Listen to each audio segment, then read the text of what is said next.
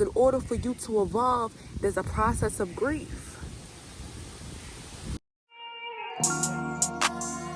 What Kate say?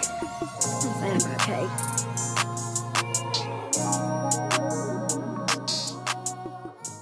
Hi beautiful souls. As always, this video is for my generational curse breakers, the ones that's deciding that, you know what, this plague is no longer going to impact the future generation. It may have gotten me, but I know better and I choose to do better, and that's what's going to break the curse. In order to do that, it's going to require a lot of unlearning. But here's the thing about unlearning, right? To evolve, you have to let go of who you used to be. So there's an attachment that comes with the process of learning. And it's almost like a magnetic pull, right? The old you.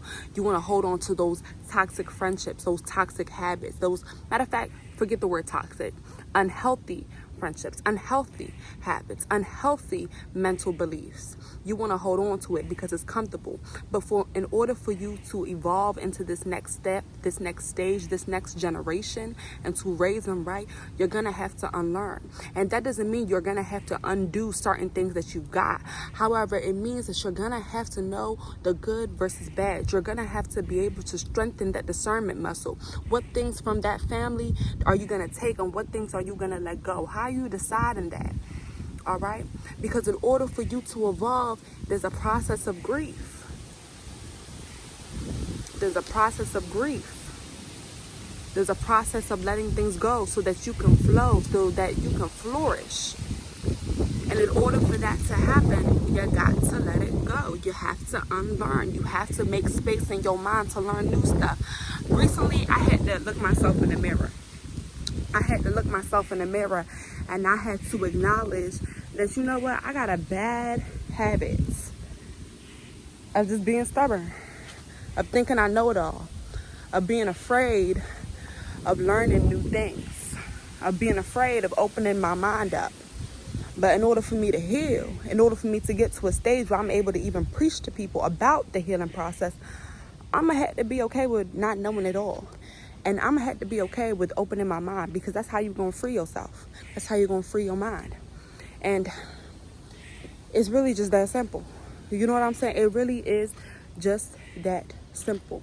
So this is your sign. So open your mind to unlearn those habits so that you can continue to blossom, you can continue to flourish, and you can build a new generation that aren't traumatized.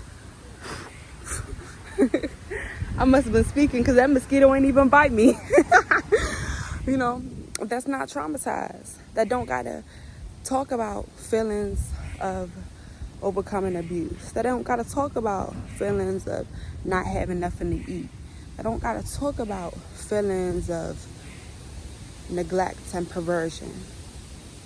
Of feelings of feeling useless or suicidal. That don't gotta talk about that stuff. You know what I'm saying?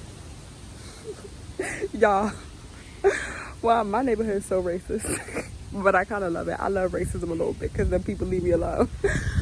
But anyways, yeah, that's it. That's all. I hope this spoke to somebody.